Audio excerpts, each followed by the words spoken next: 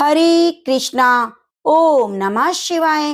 प्रेम से बोलिए गौरी पुत्र गणेश भगवान की जय। आप सभी भक्तों का दिन शुभ और मंगलमय हो। आज माघ मास के कृष्ण पक्ष की छठतिला एकादशी है और इस एकादशी का व्रत करने से, कथा को सुनने से भगवान श्री हरि की असीम कृपा प्राप्त होती है और सभी पापों से मुक्ति मिल जाती है।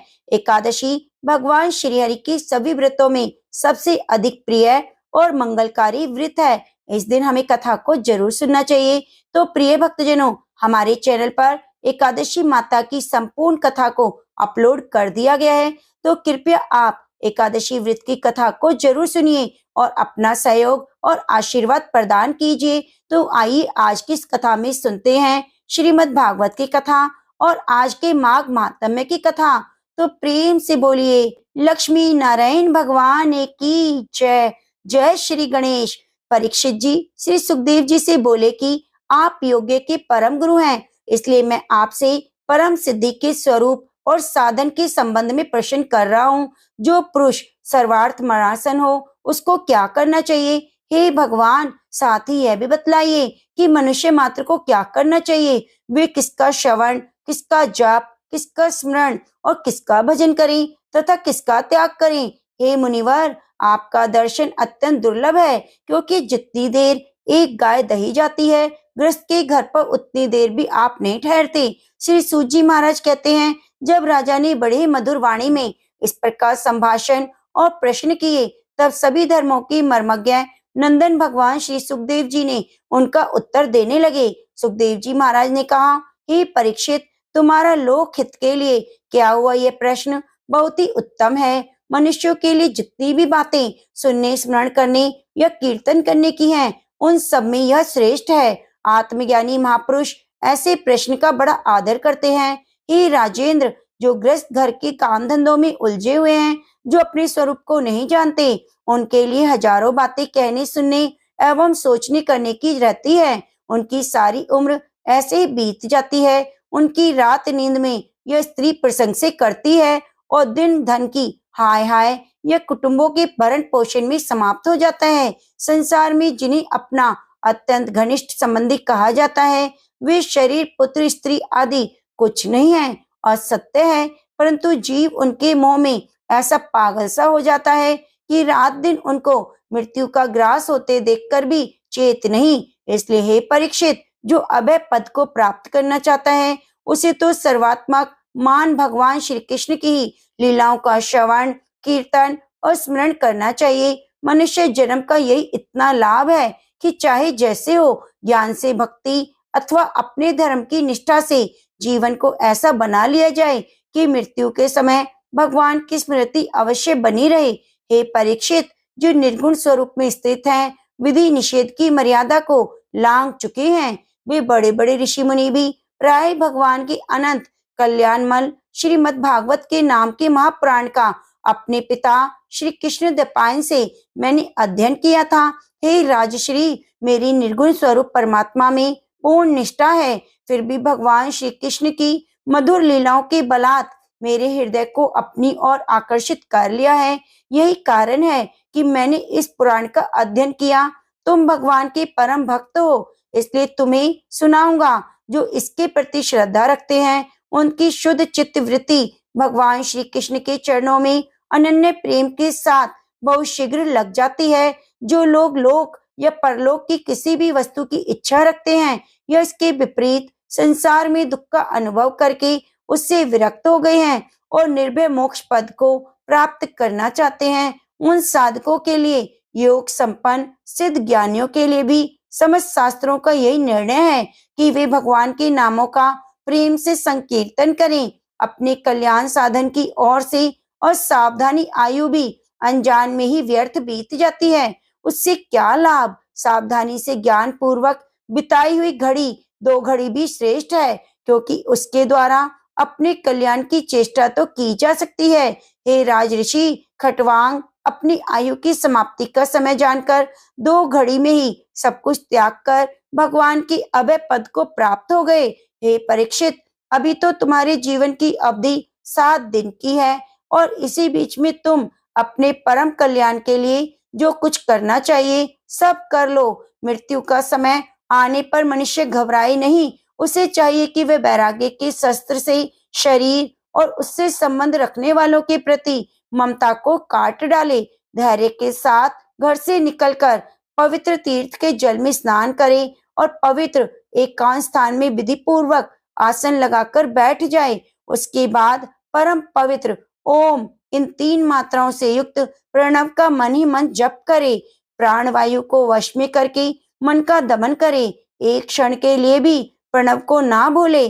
बुद्धि की सहायता से मन के द्वारा इंद्रियों को उनके विषयों से हटा ले और कर्म की वासना से चंचल हुए मन को विचार के द्वारा रोककर भगवान के मंगलमय रूप में लगाए। स्थिर चित्त से भगवान के श्री विग्रह में से किसी एक अंक का ध्यान करे। इस प्रकार एक एक अंक का ध्यान करते करते विषय वासना से रहित मन को पूर्ण रूप से भगवान में ऐसा तल्लीन कर दे कि फिर और किसी विषय का चिंतन ना रहे। वही भगवान विष्णु का परम पद है, जिसे प्राप्त करके मन भगवत प्रेम रूप आनंद से भर जाता है। यदि भगवान का ध्यान करते समय मन रजोगुण से विक्षिप्त, तमोगुण से मूढ़ हो जाए तो घबराए नहीं। धैर्य के साथ योग धारणा के द्वारा उसे वश में करना चाहिए, क्योंकि धारणा उन दोनों गुणों के दोषों को मिटा देती है। धारणा स्थिर हो जाने पर ध्यान में जब योगी अपने परम मंगल में आश्रय अर्थात भगवान को देखता है, तब उसे तुरंत ही भक्ति योग की प्राप्ति हो जाती है। फिर परीक्षित ने पूछा, हे ब्राह्मण, धारणा किस साधन से, किस वस्तु में, किस प्रकार की जाती है और उसका क्या स्वरूप माना गया है, जो शीघ्र ही मनुष्य के मन का मैल मिटा देती है? फिर श्री सुखदेव जी ने कहा, हे परीक्षित, आसन, श्वास, आसक्ति और इंद्रियों पर विजय प्राप्त करके फिर बुद्धि के द्वारा मन को भगवान के स्थूल रूप में लगाना चाहिए। यह कार्य रूप जो कुछ कभी था या होगा, सबका जिसमें दिख पड़ता है, वही भगवान का स्थूल से स्थूल और विराट शरीर है। जल, अग्नि, वायु, आकाश, अहंकार, ममत्व और प्रकृति, इन 7 आवरण से घिरे हुए इस ब्रह्मांड शरीर में जो विराट पुरुष भगवान है, वही धारणा के आश्रय हैं। उन्हीं की धारणा की जाती है। तत्व ज्ञान की एड़ियां और पंजे रस सातल हैं और दोनों गुल्फ एड़ी के ऊपर की गांठें महात हैं। उनकी पैर के पिंडे तलात हैं। विश्व मूर्ति भगवान की दोनों घुटने सुतल हैं, जांघें वितल हैं और अतल हैं, पेड़ू भूतल हैं। हे परीक्षित, उनके नाभि रूप सरोवर को ही आकाश कहते हैं। आदि पुरुष परमात्मा की छाती को स्वर्गलोक, गले को महर, लोक को सुख और ललाट को तपोलोक कहते हैं। उन सहस्त्र शिर वाले भगवान का मस्तक समूही सत्य लोक है। इंद्रदेव उनकी भुजाएं हैं, दिशाएं कान और शब्द स्वेनेन्द्र हैं। दोनों अश्विन कुमार उनकी नासिका की छिद्र हैं। ग्रंथ इंद्रिय हैं, ददकती हुई आग उनका मुख है। भगवान विष्णु के नेत्र अंतरिक्ष हैं, उनमें देखने की शक्ति सूर्य है और दोनों पलक रात और दिन है।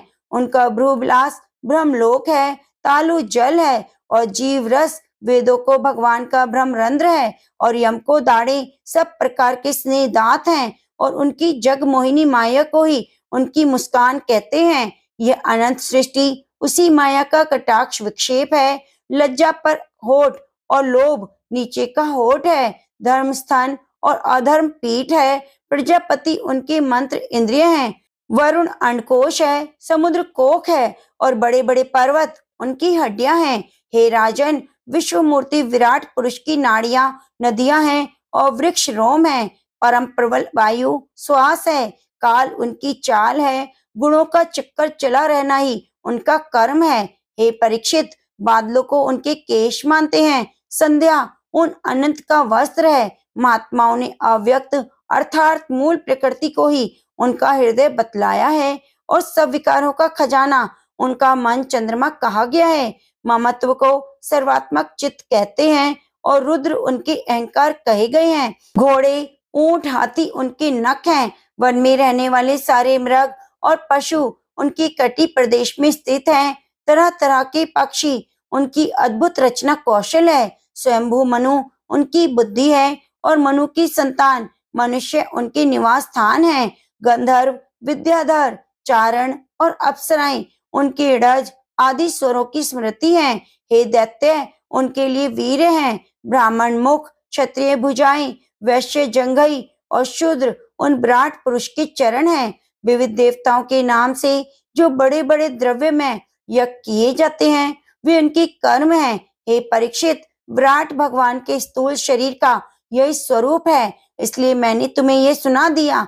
इसमें मोक्ष पुरुष बुद्धि के द्वारा मन को स्थिर करते हैं, क्योंकि इससे भिन्न और कोई वस्तु नहीं। जैसे स्वप्न में देखने वाला स्वप्न अवस्था में अपने आप को ही विविध पदार्थों के रूप में देखता है, वैसे सबकी बुद्धि वृत्तियों के द्वारा सब कुछ अनुभव करने वाला सर्व अंतर्यामी परमात्मा भी एक ही है। उन सत्य स्वरूप आनंद निधि भगवान का ही भजन करना चाहिए। अन्य किसी भी वस्तु में आसक्ति नहीं करनी चाहिए, क्योंकि यह आसक्ति जीव के अर्ध पतन के हेतु है। सुखदेव जी कहते हैं, सृष्टि के प्रारंभ में ब्रह्मा जी ने इसी धारणा के द्वारा प्रसन्न हुए भगवान से वह सृष्टि विषयक स्मृति प्राप्त की थी, जो पहले प्रलय काल में विलुप्त हो गई थी।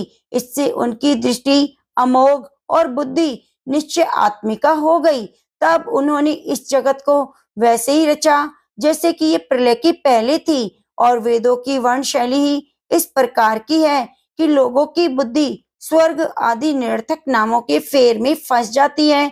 जीव वहां सुख की वास्ता में स्वप्न देखता हुआ भटकने लगता है, लेकिन उन माया में सुख की प्राप्ति नहीं होती। इसलिए विद्वान पुरुष को चाहिए कि विद नाम वाले पदार्थों से उतना ही व्यवहार करे जितना प्रयोजन हो।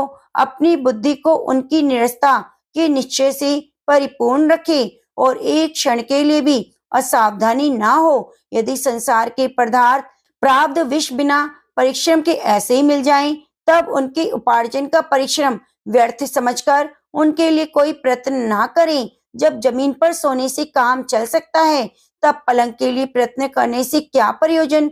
जब भुजाएं अपने आप को भगवान श्री कृष्ण की कृपा से स्वयं ही मिली हुई हैं, तब तकियों की क्या आवश्यकता।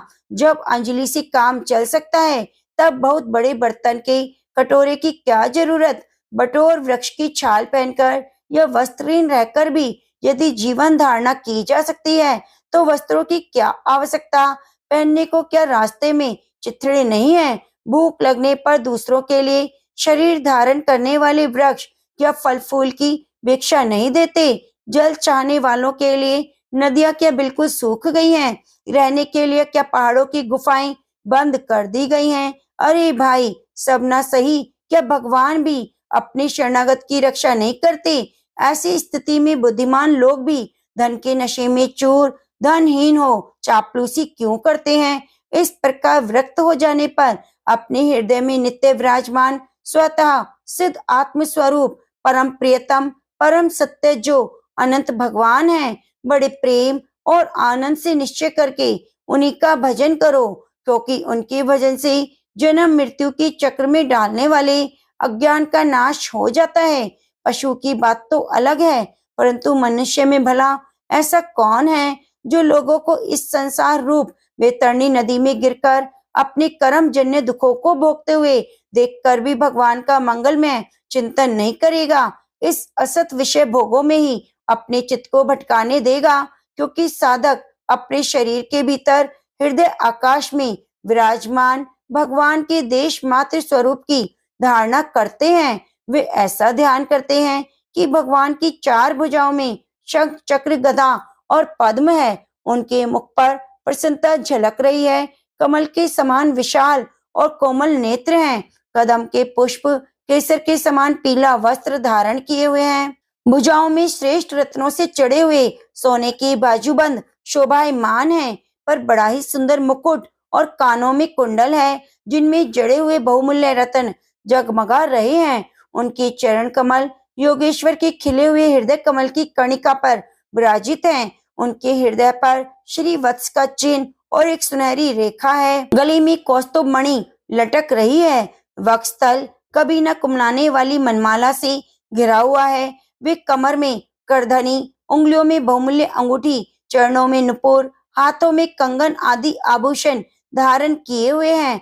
उनके बालों की लट बहुत चिकनी, निर्मल, घुंघराली और नीली है। उनका मुख कमल मंद मंद मुस्कान से खिल रहा है। लीलापूर्ण उन्मुक्त हास्य और चितवन से शोभायमान बोहों के द्वारा वे भक्तजनों पर अनंत अनुग्रह की वर्षा कर रहे हैं। जब तक मन इस धारणा के द्वारा स्थिर न हो जाए, तब तक बारंबार इस चिंतन स्वरूप भगवान को देखते रहने की चेष्टा रहनी चाहिए। भगवान के चरण कमलों को लेकर उनकी मुस्कान युक्त मुख कमल पर्यंत समस्त अंगों की एक एक करके बुद्धि के द्वारा धारणा करनी चाहिए। जैसे जैसे बुद्धि शुद्ध हो जाती है, वैसे मन स्थिर हो जाएगा। जब तक एक अंग का ध्यान ठीक ठीक होने लगे, तब उसे छोड़कर दूसरे अंग का ध्यान करना चाहिए। ये विश्वेश्वर भगवान दृश्य नहीं, दृष्टा है। सगुण निर्गुण सब कुछ इन्हीं का स्वरूप है। जब तक इनमें अनन्य प्रेम भक्ति योग न हो जाए, तब तक साधक को नित्य कर्मों के बाद एकाग्रता से भगवान के ऊपर युक्त स्थूल रूप का ही चिंतन करना चाहिए। हे परीक्षित, जब योगी पुरुष इस मनुष्य लोक को छोड़ना चाहे, तब देश काल में मन न लगाए। सुख पूर्वक स्थिर आसन से बैठकर प्राणों को जीतकर उसके बाद अपनी निर्मल बुद्धि से मन को नियमित करके मन के साथ बुद्धि के क्षेत्र में और क्षेत्र को आत्मा में लीन कर दे। फिर अंतरात्मा को परमात्मा में लीन करके पुरुष उस परम शांति में अवस्था में स्थित हो जाए। फिर उसके लिए कोई कर्तव्य शेष नहीं रह जाता। इस अवस्था में सत्व गुण भी नहीं है, फिर भला रजोगुण और तमोगुण की तो बात ही क्या। अहंकार, ममत्व और प्रकृति का भी वहां अस्तित्व नहीं है। उस स्थिति में जब देवताओं ने नियामक काल की भी दाल नहीं गलती, तब देवता और उसके अधीन रहने वाले प्राणी तो रह ही कैसे सकते हैं। योगी लोग यह नहीं कहते, इस प्रकार परमात्मा से विभिन्न पदार्थों का परित्याग करना चाहते हैं और शरीर और उसके संबंधी पदार्थों में आत्म बुद्धि का त्याग करके हृदय के द्वारा पद पद पर भगवान के जिस परम पूज्य स्वरूप का आलिंगन करते हुए अनन्य प्रेम से परिपूर्ण रहते हैं, वही भगवान विष्णु का परम पद है। इस विषय में समस्त शास्त्रों की सम्मति है। ज्ञान दृष्टि के बल से जिसके चित्त की वासना नष्ट हो गई है, उस ब्रह्मनिष्ठ योगी को इस प्रकार अपने शरीर का त्याग करना चाहिए। पहले एड़ी से अपनी गुदा को दबाकर स्थिर हो जाएं, फिर बिना घबराहट के प्राण वायु को षट चक्र भेदन की रीति से ऊपर ले जाएं। मन योगी को चाहिए कि नाभिक चक्र मणिपूरक में स्थित हो, वायु को हृदय चक्र अनाहत में, वहां से उदान वायु के द्वारा वक्ष स्थल के ऊपर विशुद्ध चक्र में, फिर उस वायु को धीरे धीरे तालु मूल में अर्थात विशुद्ध चक्र के उग्र भाग में चढ़ा दें।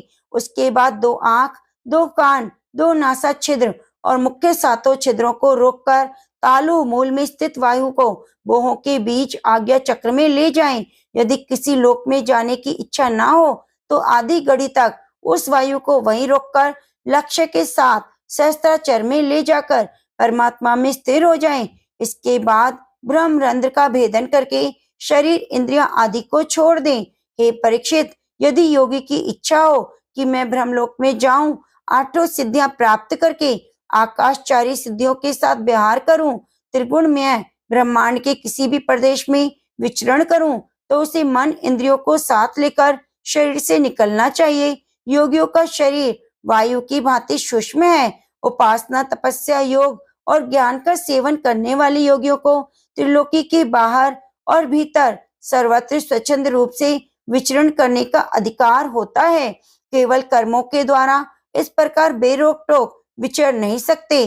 परीक्षित योगी ज्योतिर्मय मार्ग सुषुम्ना के द्वारा जब ब्रह्मलोक के लिए प्रस्थान करता है, तब पहले उस आकाश मार्ग से अग्निलोक में जाता है। उसके बचे कुचे मल भी जल जाते हैं। इसके बाद वह वहां से ऊपर भगवान श्री हरि के शिशुमार नामक ज्योतिर्मय चक्र में पहुंचता है। भगवान विष्णु का वह शिशुमार चक्र विश्व ब्रह्मांड के भ्रमण का केंद्र है। उसका अतिक्रमण करके अत्यंत सूक्ष्म एवं निर्मल शरीर से वह अकेला ही महर लोक में जाता है। वह लोक ब्रह्मा भक्ताओं के द्वारा भी वंदित है। उसमें कल्प पर्यंत जीवित रहने वाले देवता विहार करते हैं।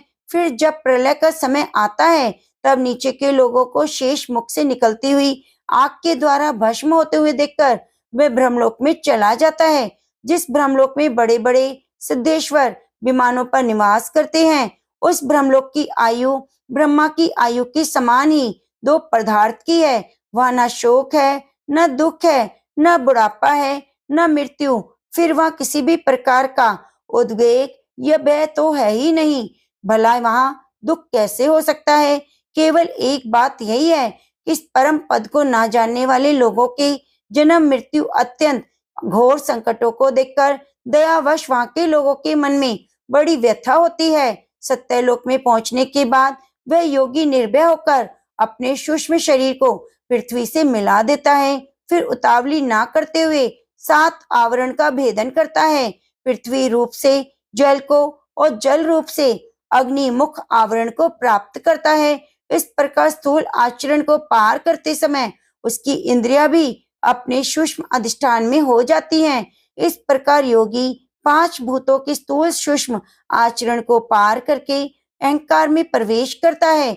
वह सूक्ष्म भूतों को तामस अहंकार में, इंद्रियों को राजस और राजस अहंकार में, मन इंद्रियों के अधिष्ठा देवताओं के सात्विक अहंकार में लीन कर देता है। इसके बाद अहंकार के सहित लय रूप गति के द्वारा ममत्व में प्रवेश करके अंत में समस्त गुणों के लय स्थान प्राकृतिक रूप आवरण में जाकर मिलता है। हे परीक्षित, महाप्रलय के समय प्रकृति रूप आवरण का भी लय हो जाने पर वह योगी स्वयं आनंद स्वरूप होकर अपने उस निवारण रूप से आनंद स्वरूप शांत परमात्मा को प्राप्त हो जाता है, जिसे इस भगवन्मयी गति की प्राप्ति हो जाती है। फिर उसे संसार में नहीं आना पड़ता। तुमने जो कुछ पूछा उसके उत्तर में मैंने वेदोक्त हित द्वारा सनातन मार्ग, सदमुक्ति और क्रम मुक्ति का तुमसे वर्णन किया। पहले ब्रह्मा जी ने भगवान वासुदेव की आराधना करके उनसे जब प्रश्न किया था, तब उन्होंने उत्तर में इन दोनों मार्गों की बात ब्रह्मा जी से कही थी। संसार चक्र में पड़े हुए मनुष्य के लिए जिस साधन के द्वारा उसे भगवान श्री कृष्ण की अनन्य प्रेम में भक्ति प्राप्त हो जाए, उसके अतिरिक्त और कोई भी कल्याणकारी मार्ग नहीं।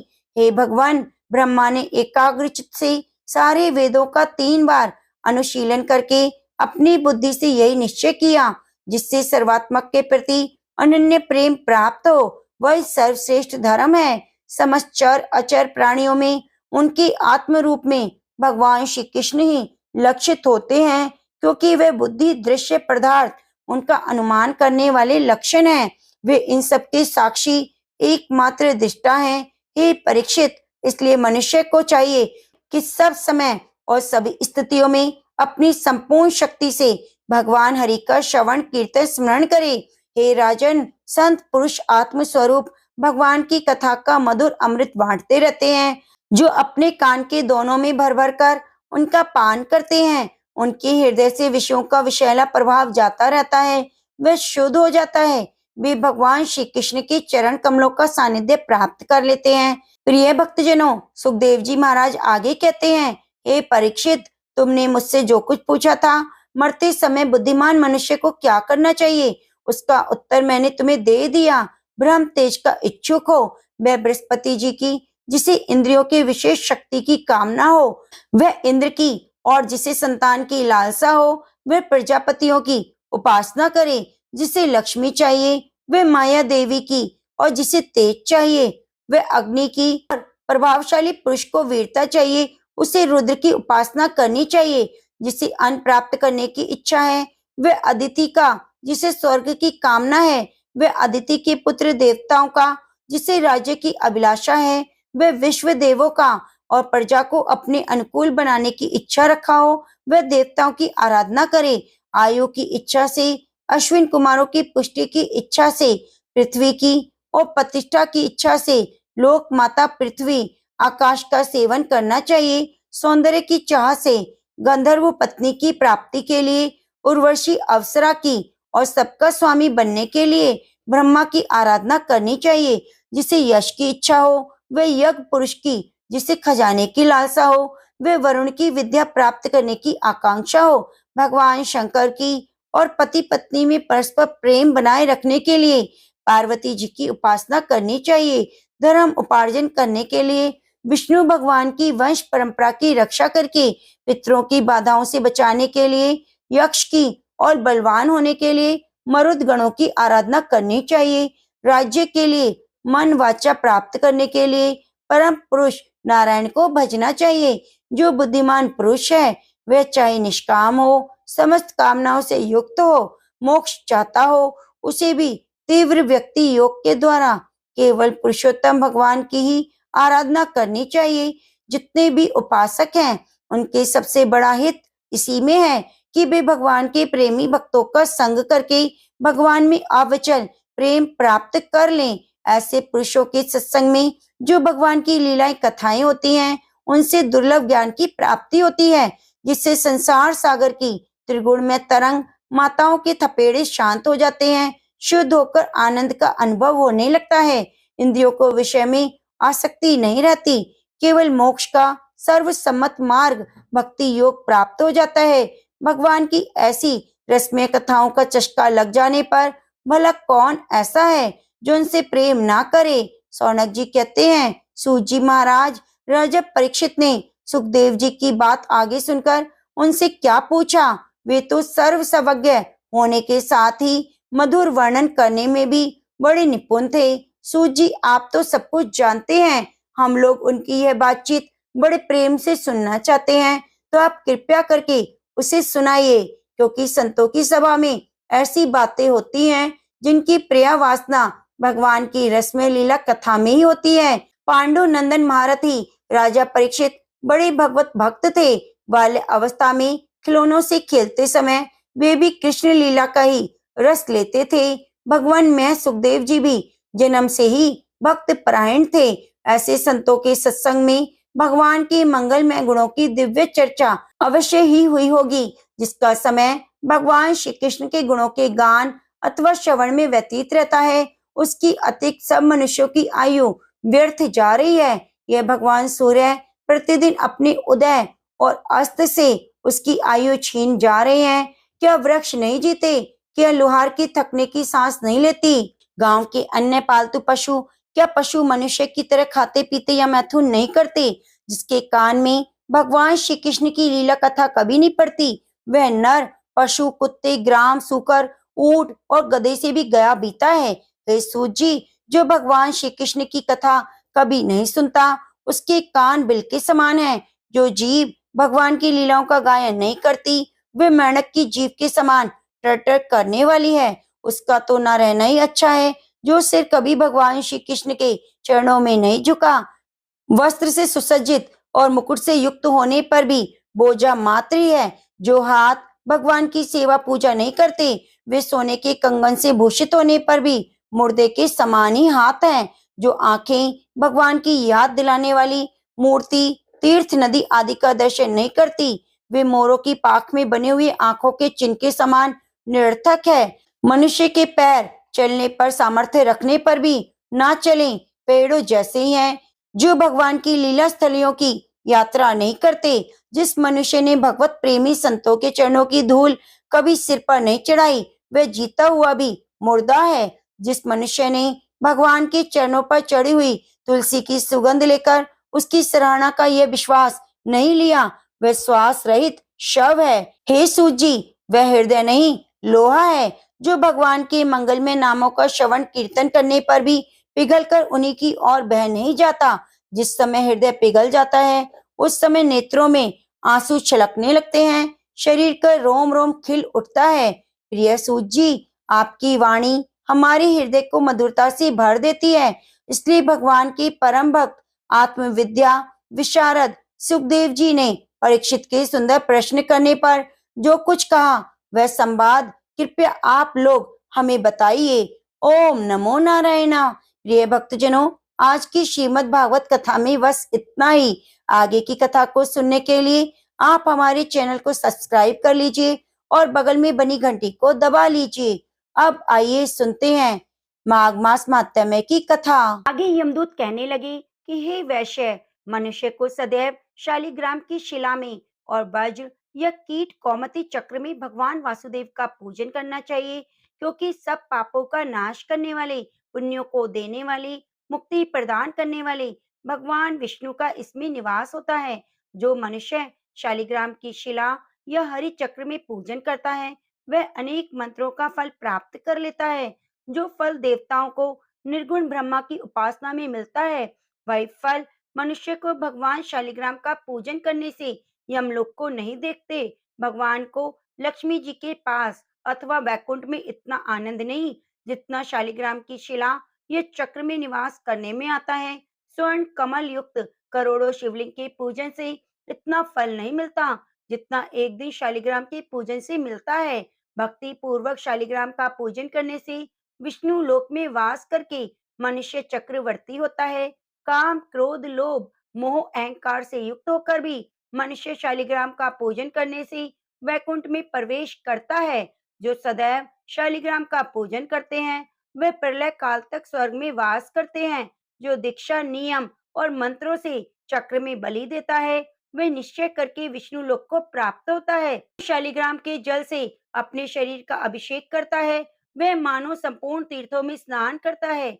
गंगा, रेवा, गोदावरी सबका जल शालिग्राम में वास करता है। जो मनुष्य शालिग्राम की शिला के सन्मुख अपने पिता का श्राद्ध करता है, उसके पितर कई कल्प तक स्वर्ग में वास करते हैं। जो लोग नित्य शालिग्राम की शिला का जल पीते हैं, उनके हजारों बार पंचगव्य पीने से क्या प्रयोजन।